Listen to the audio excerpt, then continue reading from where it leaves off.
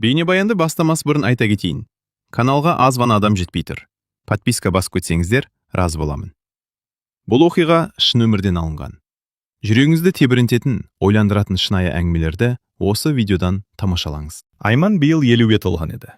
Өмірдің талай белесін артқа тастап, 2 баласын аяқтандырып, енді өздері үшін өмір сүретін уақыт келгендей көрінген. Бірақ тағдырдың өз жоспары бар екен. Күйеуі Болат соңғы бірнеше жылдан бері вахталық жұмыста істейтін. Кейде 3 айға, кейде 4 айға кететін. Биылғы сапар ұзаққа созылып, 6 айлық келісімшартқа қол қойған еді. Сабыр ет, Айман, көзді ашып жұмғанша өте шығады, деген болатын жолға шығар алдында. Айман күлімсіреп бас изегенімен, іштей жалғыздықтың оңай болмайтынын сезген. Алғашқы апталар қалыпты өтті. Таңертең тұрып Алласын сыпырады, бақшасын суарады, кешке қызымен сөйлеседі. Бірақ үйдегі ер адамның жоқтығы біртіндеп байқала бастады. Бір күні ауладағы су құбыры жарылып кетті. Айман телефон ұстап біраз тұрды. Кімді шақырарын білмеді. Сол кезде телефон шырылдады. Экранда күйеуінің әпкесінің күйеуі Серіктің аты шықты. Сәлем қарындас, қалайсың? Жақсы ғой. Болат хабарласты. Жалғыз жүрген соң жағдайыңды біліп тұршы деді. Рахмет. Бірдеңе керек болса айт. Айман су құбыры жайлы айтып қалды. Ой, сон неге айтпайсың? Қазір барамын. Арада 40 минут өтпей жатып Серік жетіп келді. Қолында құрал саймандар бар. 1 сағаттың ішінде құбырды жөндеп шықты. Міне болды. Рахмет жезде. Рахметтің қажет жоқ, туыс емеспіз бе? Айман шынымен риза болды. Сол күннен кейін Серік анда-санда хабарласып тұрды. Отын жеткілікті ме? Жақсы. Көмір керек емес пе? Жоқ. Бірдеңе болса айт. Айман оның қамқорлығын туыстық жанашырлық деп қабылдады. 1 аптадан кейін аула қақпасының ілгегі сынып қалды. Тағы да Серік келді. Тағы жөндеп берді. Кетерінде, жалғыз әйелге қиын ғой деді. Үйреніп кеттім. Әйел адам бәрібір әйел адам. Айман ол сөзге аса мән бермеді. Кешке Болат телефон соқты. Серік барып жүр ме? Иә, көмектесіп жүр. Жақсы екен. Мен де соған айтқанмын, қарасып тұр деп. Айманның көңілі жайланды. Демек бәрі күйеуінің өтінішімен болып жатыр. Келесі күндері Серік жиі келе бастады. Бірде алма ағаштарының бұтағын кесіп берді. Бірде шатырдың бір жерін бекітіп берді. Бірде аула шамын ауыстырды. Айман оны мұнша уақыт тауып жүргеніне таңғалатын. Жезде, өз үйіңіз жоқ па? Серік күліп жіберді. Бар ғой, бірақ сен жалғызсың. Мен бала емеспін ғой. Білем. Осы жолы оның көзқарасы Айманға бір түрлі көрінді. Бірақ ол ойын тез ысырып тастады. Артық ойлап кеттім-ау деді ішінен. Күздің салқын кештерінің бірі еді. Жаңбыр сіркіреп тұрды. Айман ас үйде шай ішіп отырған. Қақпа тарсылдады. Терезеден қараса, Серік екен. Қолында пакет. Кіріңіз. Мынау саған. Пакеттің ішінде жеміс-жидек пен тәттілер бар екен. Бұның не қажеті бар? Көңіл ғой. Артық шығынданыпсыз. Кейде адамды ойлайтын жан болу керек. Айман үндемеді. Бұл сөз оған тосындау естілді. Серік шай ішіп отырғанда әңгімені соза берді. Жалғыздық қиын ба? Кейде. Болат көп кетеді екен. Жұмыс қой. Әйел адамға көңіл бөлу де керек. Айман әңгіменің бағытын ұнатпады. Бәрі жақсы. Жақсы болса болғаны. Серік көп ұзамай кетіп қалды. Бірақ сол кештен кейін Айманның ішінде түсініксіз бір сезім пайда болды. Нақты не екенін өзі де білмеді. Бір нәрсе дұрыс емес секілді. Арада тағы бірнеше күн өтті. Бір күні көрші Гүлнар апай дүкеннің алдында жолықты. Әңгімелесіп тұрып кенет, Серік жиі келіп жүр ғой деді. Иә, көмектесіп жүр. Гүлнар апай бір сәт үнсіз қалды. Сақ болған дұрыс қызым. Неге? Жай, адамдар әртүрлі болады. Айман таңырқап қалды. Не айтқыңыз келіп тұр? Ештеңе. Өзімнің айтарым сол. Қарт әйел бұрылып кетіп қалды.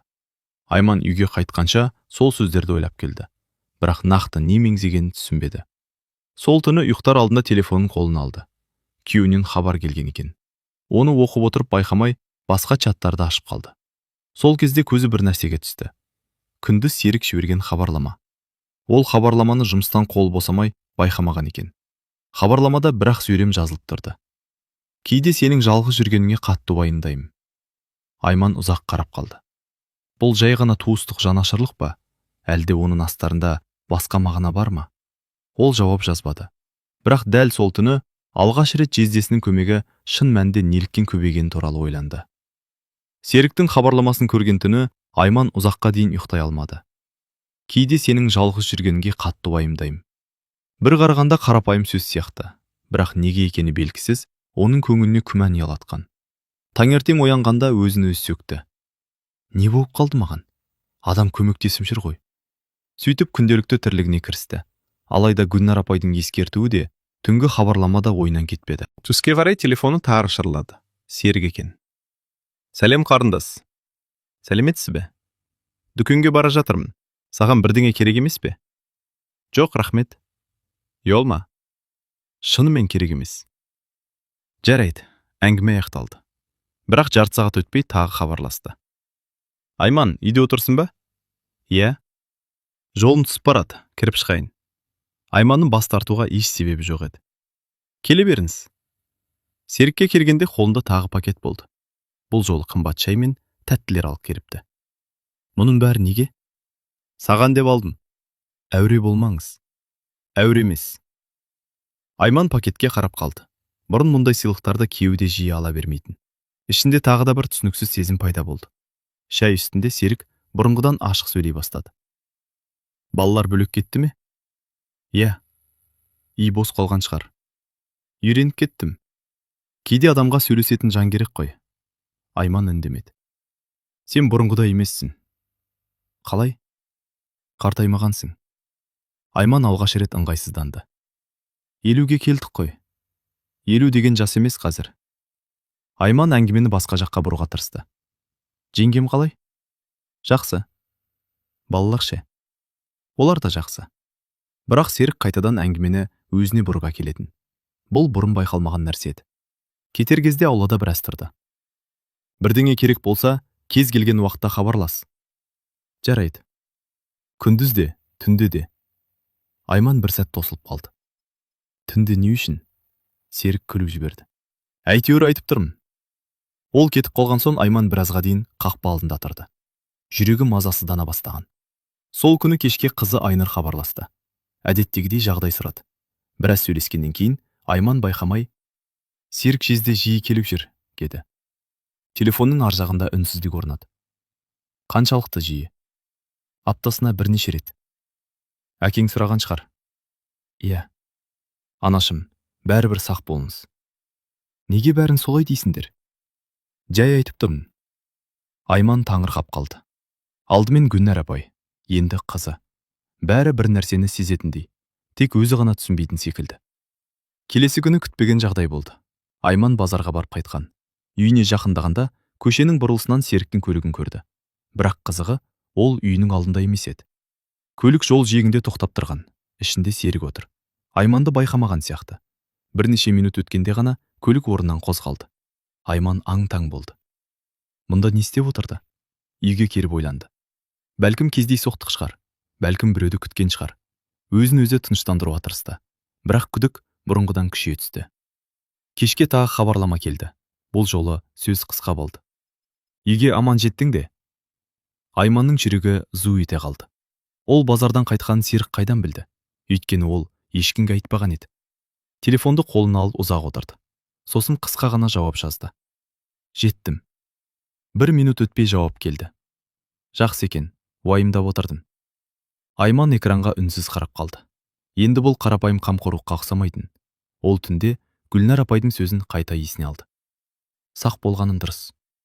Бірақ ең үлкен күдік келесі күні пайда болды. Таңертең аула сыпырып жүргенде қақпа сыртынан екі әйелдің әңгімесі естілді. Олар Айманды байқамаған сияқты. Анау Серік тағы келіп жүр ме? Иә, көріп жүрмін. Біртүрлі өзі. Бұрында сондай болған дейді ғой. Әйелдердің дауысы алыстап кетті. Айман тұрған жерінде қатып қалды. Бұрында сондай болған дейді ғой. Бұл сөз оның көңіліне маза бермеді. Ал сол күні кешке Серіктен тағы хабарлама келді. Бірақ бұл жолғы сөздер бұрынғылардан әлде қайта тосын еді. Кейде сенімен сөйлескенде өзімді ерекше жақсы сезінемін. Айманның жүрегі тарс ете қалды. Серіктен соңғы хабарламасын оқыған түні Айман қатты ашуланды. Кейде сенімен сөйлескенде өзінді ерекше жақсы сезінемін. Бұл сөздерді туыс адам жазбайтынын ол жақсы түсінді. Бірақ бірден дау шығарғысы келмеді. Мүмкін қателесіп тұрған шығармын деп өзін сабырға шақырды. Сол себепті жауап жазған жоқ. Келесі күні таңертең Серік қайта хабарласты. Кеше жазғанымды көрдің бе? Көрдім. Жауап бермедің ғой. Жұмыс болды. Ренжіп қалдың ба? Жоқ. Айман әңгімені қысқа қайырды. Бірақ Серік бұрынғыдай емес еді. Даусынан біртүрлі еркіндік сезілді. Сол күні кешке ауылдағы туыстары хабарласып, алдағы сенбіде үлкен той болатынын айтты. Барлығы шақырылған. Айман да баруға келісті. Сенбі күні ауыл сыртындағы мейрамхана адамға лық толды. Той қызу өтіп жатты. Айман бірнеше таныстарымен бір үстелде отырды. Біраз уақыттан кейін Серіктің өзіне қайта-қайта қарап отырғанын байқады. Бұрын мұндайды байқамаған. Не байқамауға тырысқан. Бір кезде ол орын ауыстырып, Айман отырған үстелге жақындап келді. Жалғыз отырсын ба? Жоқ, бәрі осында. Көңіл күйің жақсы ма? Жақсы. Айман қысқа жауап берді. Бірақ Серік кетпеді. Әңгіме іздеп тұрғандай. Осы кезде қастарындағы әйелдердің бірі. Айман әпше, жасарып кетіпсіз ғой, деп күлді. Сол сәтте Серік сөзге араласты. Рас айтады. Айман үндемеді. Кейбір әйелдер 50-ге келгенде де әдемілігін жоғалтпайды. Үстелдегілер жай ғана әзіл ретінде қабылдады. Бірақ Айманның көңіліне бұл сөз жақпады. Той аяқталған кезде түн болып кеткен. Көп адам үйлеріне тарай бастады. Айман такси шақырмақ болды. Сол кезде Серік қасына келді. Мен апарып тастайын. Қажет жоқ. Бір ауылға барамыз ғой. Таксимен ақ қайтамын. Не үшін ақша шашасын? Айман көп ойланбай келісті. Өйткені жол қысқа болатын. Алғашында бәрі тыныш өтті. Көлік қараңғы жолмен баяу келе жатты. Радио ақырын ойнап тұр. Бірнеше минут бойы ешкім сөйлемеді. Кенет Серік сөз бастады. Айман. Иә? Саған бір нәрсе айтқым келеді. Айман терезеге қарап отырды. Айта беріңіз. Соңғы уақытта сен туралы көп ойлаймын. Айман бірден оған қарады. Не? Шынымды айтып тұрмын. Түсінбедім. Серік терең дем алды. Сен жақсы әйелсің. Оныңызды білемін. Жоқ, сен түсінбей тұрсың. Айманның жүрегі жиі соға бастады. Жезде, әңгімені тоқтатайық. Бірақ Серік тоқтамады. Болат айлап үйде болмайды. Ол жұмыс істеп жүр. Білемін. Онда сен де адамсың ғой. Айман ашулана бастады. Нені меңзеп тұрсыз? Көлік баяулай түсті. Серік жол жиегіне тоқтады. Айманның мазасы кетті. Неге тоқтадыңыз? Бір рет сөйлесіп алайық дедім. Айтыңыз. Серік оған тіке қарады. Мен сені бұрыннан ұнатамын. Айман естігеніне сенбей қалды. Бірнеше секунд үнсіз отырды. Не дедіңіз? Шындық. Сіз есіңіздесіз бе? Әбден. Мен сіздің қайныңыздың әйелімін. Білемін. Жеңгемнің күйеусіз. Білемін. Айманның ашуы қайнай бастады. Онда мұндай сөздерді қалай айтып отырсыз? Мен сезімімді жасыра алмадым. Тоқтаңыз! Айманның даусы қатты шықты. Бұдан кейін мұндай әңгімені естімеймін. Серік үндемеді. Үйге апарыңыз. Айман, үйге апарыңыз. Бірнеше секундтан кейін көлік қайта қозғалды. Қалған жол үнсіз өтті. Үйдің алдына келгенде Айман бірден түсіп қалды. Қақпаға жеткенде артынан Серіктің даусы естілді. Ойланып көр. Айман артына бұрылды. Ешқашан. Ол үйге кіріп кетті. Сол түні көз іле. Басы сан ойға толды. Ашуланды, жиіркенді, өкпеледі. Ең қиыны, мұның бәрі өздерінің туысы болған адамнан шыққан еді. Түн ортасында телефоны дірілдеді. Хабарлама келген. Жіберуші кім екенін болжау қиын емес еді. Айман ашып оқыды. Кешір, бірақ айтпай жүре алмадым. Бір минуттан кейін тағы бір хабарлама келді. Бұл әңгімені ешкімге айтпай-ақ қояйық. Айман экранға ұзақ қарап отырды. Осы сәтте ол маңызды шешім қабылдады. Барлық хабарламаны өшірмей сақтап қоятын болды. Өйткені Серіктің мұнымен тоқтамайтынын оның жүрегі сезген еді. Тойдан кейінгі оқиғадан соң Айманның Серікке деген көзқарасы түбегейлі өзгерді. Бұрын ол жездесін туыс, отбасының бір мүшесі ретінде көретін, ал енді оның әр сөзі мен әрекетінен жасырын мақсат іздейтін болды. Ең өкініштісі, күдігі бекер емес екенін өзі де түсініп тұрған. Таңертең оянған бойда телефонын қарады. Түнде келген 2 хабарлама орнында тұр. Оларды қайта оқығысы келмеді, бірақ өшіріп те тастамады. Керек болып қалар, деп ойлады. Күні бойы Серіктен хабар болған жоқ. Бұл Айманға сәл тыныштық сыйлағандай болды. Бірақ кешке қарай телефоны тағы да дірілдеді. Серік. Айман хабарламаны ашпады. Бірнеше минуттан кейін тағы келді. Сосын тағы. Ақыры қарап көрді. Сөйлесуіміз керек. Ренжіме.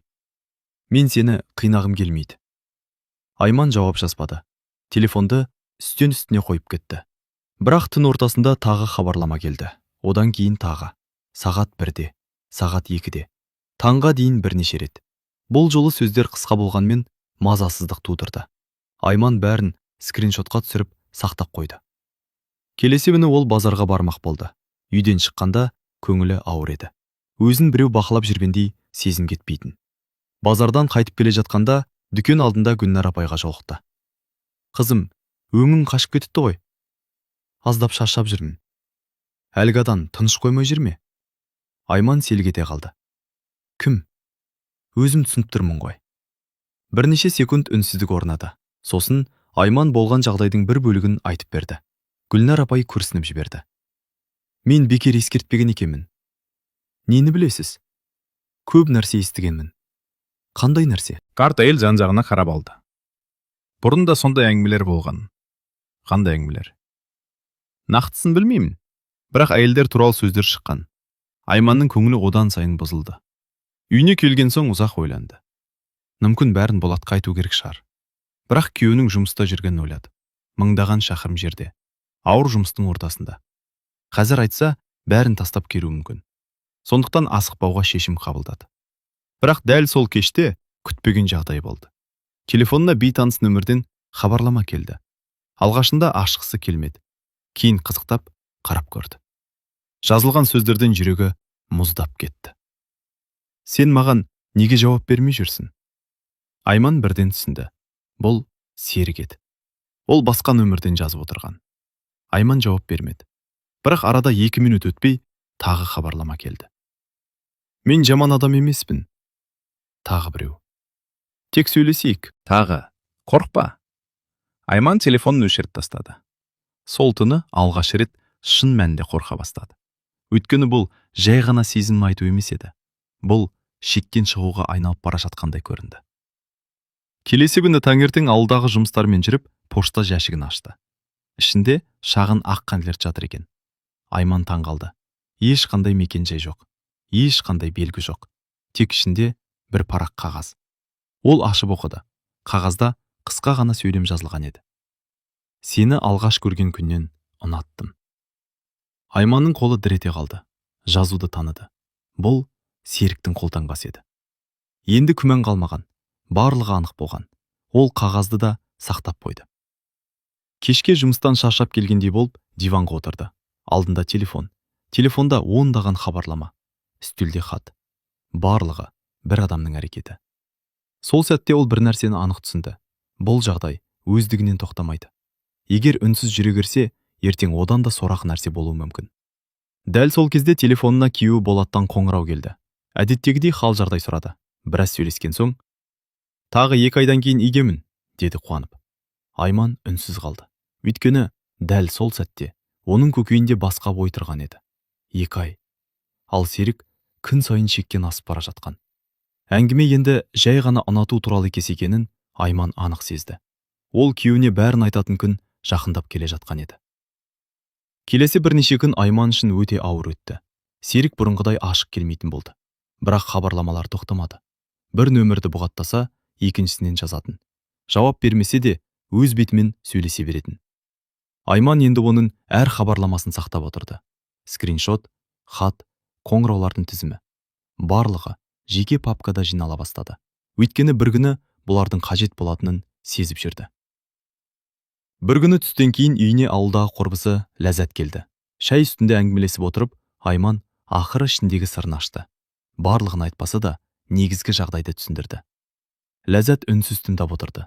Әңгіме аяқталған соң ауыр күрсінді. Мен бұндай нәрсені бұрын естігенмін. Айман танығып қарады. Не айтқың келіп отыр? Ашуланба. Айта бер. Бұл бірінші рет болуы мүмкін емес. Айманның жүрегі зу етті. Неге олай дейсің? Ләззат біраз ойланып отырды. Осыдан 3-4 жыл бұрын көрші ауылда сондай әңгіме шыққан. Қандай әңгіме? Бір әйелге тым жақындасып кеткен дейді. Кейінше дәлел болмаған соң жабылып қалған. Айман үнсіз қалды. Сенімдісің бе? Көзіммен көрген жоқпын, бірақ сөз болған. Айманның көңілі бұрынғыдан бетер құлазды. Сол кеште ол ұзақ ойланды. Егер бұл рас болса, онда мәселе тек өзінде емес. Серік мұндай әрекетті бұрын да жасаған болуы мүмкін. Бұл ой оны одан сайын жиіркендірді. Ертеңіне тағы бір күтпеген жағдай болды. Айман дүкеннен шығып келе жатқанда артынан бір әйел шақырды. Айман! Бұрылып қараса, күйеуінің әпкесі, яғни Серіктің әйелі Жанар екен. Олар амандасып біраз сөйлесті, бірақ Жанардың түрі алаңдаулы көрінді. Бәрі дұрыс па? Деп сұрады Айман. Жанар біраз үнсіз қалды. Мен саған бір нәрсе сұрайын деп едім. Сұра. Соңғы кезде Серік сен жаққа жиі барып жүр ме?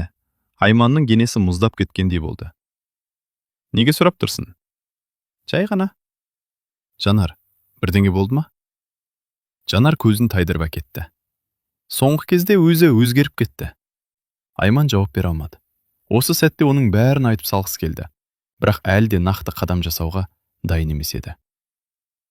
Кешке үйіне келген соң тағы бір оқиға болды. Телефонға бейне қоңырау түсті. Серік. Айман көтермеді. Бірнеше секундтан кейін тағы соқты. Тағы. Ақыры тоқтады. Бірақ артынша хабарлама келді. Неге қашып жүрсің? Айман ашуланып кетті. Бірақ жауап жазбады. Бірнеше минуттан кейін тағы бір хабарлама келді. Оны оқығанда денесі тітіркеніп кетті. Сен де мені түсінесің деп ойлағанмын. Осы жолы Айман үнсіз қалмауға шешім қабылдады. Қысқа ғана жауап жазды. Маған енді еш қашан жазбаңыз. 1 минут өтпей жауап келді. Онда бәрін өзім айтуыма тура келеді. Айманның жүрегі тарс ете қалды. Бұл не деген сөз? Қандай бәрін? Қандай айту? Ол қайта жазды. Нені меңзеп тұрсыз? Бірақ жауап келген жоқ. Түн тыныш өтті. Алайда келесі күні таңертең бәрі күрт өзгерді. Айман ауылда жүргенде көршісі асығып келді. Естідің бе? Мені. Ауылда әңгіме тарап жатыр. Айманның жүрегі бірден жамандықты сезді. Қандай әңгіме? Сен туралы. Айманның өңі қашып кетті. Не айтып жатыр? Көршісі ыңғайсызданып қалды. Біреу сен мен Серік туралы өсек таратып жүр. Айман бір сәтке тілсіз қалды. Құлағы шулап кеткендей болды. Не? Мен өзім сенбеймін, бірақ адамдар айтып жатыр. Айман ашудан дірілдей бастады. Көз алдына бірден Серіктің кешегі сөзі келді. Онда бәрін өзім айтуыма тура келеді. Сол сәтте бәрі түсінікті болды. Біреу өтірік әңгіме тарата бастаған. Және оның кім екенін болжау қиын емес еді. Айман үйге кіріп ноутбугын ашты. Барлық скриншоттарды қайта қарап шықты. Хабарламалар, қоңыраулар, хат, барлығы орнында. Ол папканы жауып қойды. Сосын күйеуінің нөмірін ашты. Саусағы қоңырау батырмасының үстінде ұзақ тұрды. Енді үндемей жүру мүмкін емес еді. Шындықты айтатын уақыт келген болатын. Ал Болаттың үйге қайтуына бір айдан сәл ғана көп уақыт қалған еді. Айман күйеуінің нөміріне ұзақ қарап отырды. Соңында терең дем алып қоңырау шалды. Телефон бірнеше рет шақырғаннан кейін Болат көтерді. Айман, амансың ба? Даусынан әдеттегі көңілділік байқалды. Бірақ Айман сөйлей алмай қалды. Не болды? Болат, саған маңызды нәрсе айтуым керек. Күйеуі бірден байыпты, қалыпқа көшті. Не болды? Сол түні Айман бәрін айтты. Басынан аяғына дейін. Серіктің алғашқы көмегі, хабарламалар, тойдан кейінгі әңгіме, хат, өсек, барлығы. Телефонның ар жағында ұзақ үнсіздік орнады. Сосын Болаттың ауыр демалған естілді. Дәлелдер бар ма? Бар. Бәрін сақтадың ба? Иә. Ештеңені өшірме. Оның даусы бұрынғыдан суық шықты. Айман күйеуін алғаш рет осылай естігендей болды. Сен кінәлі емессің. Білемін. Ең бастысы, үндемей жүре бермегенің дұрыс болған. Сол түні олар ұзақ сөйлесті. Бір аптадан кейін күтпеген жаңалық келді. Болат вахтадағы жұмысын аяқтамай, мерзімнен бұрын қайтатын болды.